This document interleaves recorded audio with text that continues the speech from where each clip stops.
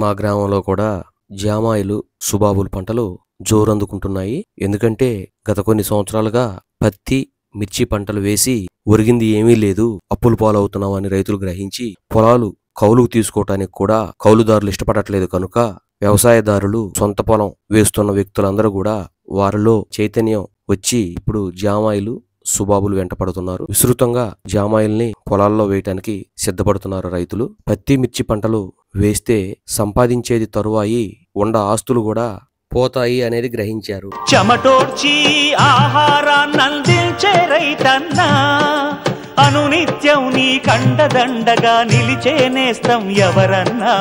అన్నదాత అన్నదాత మీ అన్నదాత.